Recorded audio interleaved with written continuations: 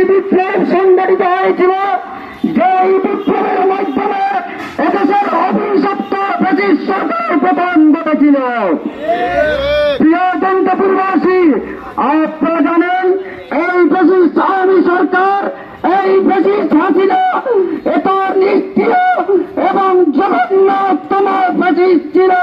এদেশের মানুষের বিরুদ্ধে, এদেশের মানুষের উপরে যে পরিমাণ অন্যায় অনুপ্র এবং অন্যায়ের স্ট্রিম রুলার চালিয়েছিল, তার প্রতিবাদে এদেশের ছাত্র জনতা আন্দোলন এবং সংগ্রামের সূচনা করেছিল। প্রিয় ভারতবাসী, আপনারা জানেন এই শেখ হাসিনা এদেশের মানুষের কথা বলার অধিকার কেড়ে নিয়েছিল, সাংবাদিকদের কথা বলার অধিকার কেড়ে নিয়েছিল, বিভিন্ন রাজনৈতিক দলের সভা সমাবেশ করার অধিকার কেড়ে নিয়েছিল।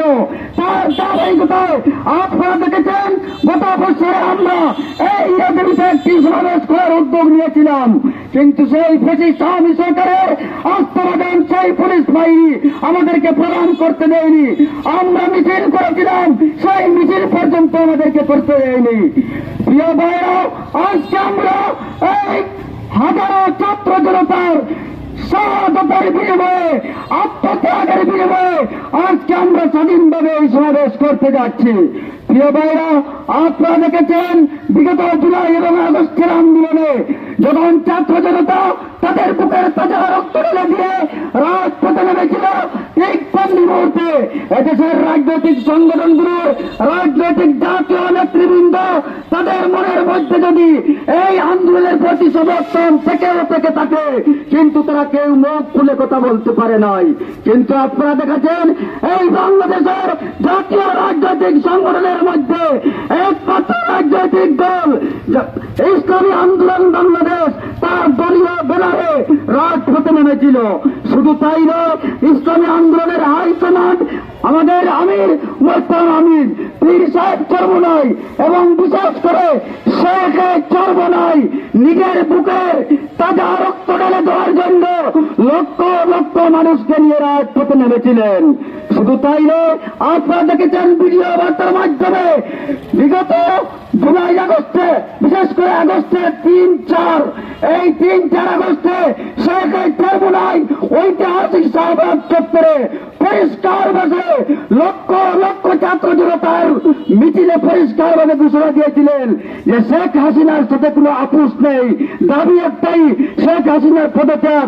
আগামীকাল অর্থাৎ 5 তারিখে গণভবন দখল করব, জনগণের গণভবন, জনগণই আগামীকালকে ইনশাল্লাহ দখল করবে। প্রিয় ভাইরা, আপনারা দেখেছেন 5 তারিখে শেখ চরমনাইর নেতৃত্বে গণভবন দখল করা হয়েছে, আর ফ্যাসিস্ট হাসিনা বাংলাদেশ থেকে পলাতে বাধ্য হয়েছে। প্রিয় ভাইরা, সময় কম, আমি আর একটি কথা বলতে চাই।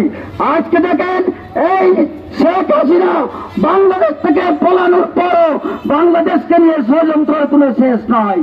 বিভিন্ন ধরনের ষড়যন্ত্রে বাংলাদেশকে একটি অস্থিতিশীল পরিস্থিতির মধ্যে রেখেছে।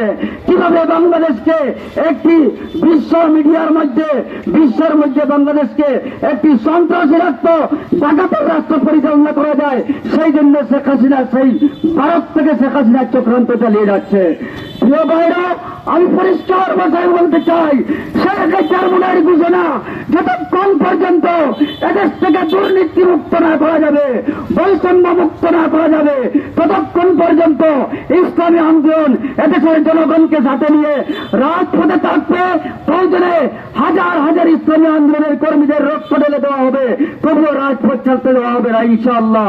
প্রিয় ভাইরা, আসুন আজকে আমরা গত জুলাই আগস্টের আন্দোলনে যারা শাহাদাত বরণ করেছে তাদের রুহের মাগফিরাত কামনা করছি, এবং আল্লাহ পাক রব্বুল আলামিন যেন তাদের আত্মত্যাগের মাধ্যমে, তাদের শাহাদাতের বিনিময়ে এই দেশকে বৈষম্যহীন একটি রাষ্ট্র হিসেবে পরিচালনার তৌফিক দান করেন।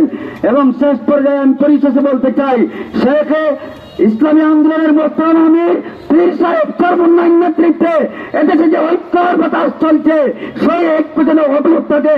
ইনশাআল্লাহ আগামী নির্বাচনে একটি বাক্স থাকবে ইসলামী দলগুলোর মধ্যে, আর সেই একটি বাক্সের মধ্যেই আমরা ভোট দেব, আর সেই ভোট দেওয়ার মধ্যে সকল ধরনের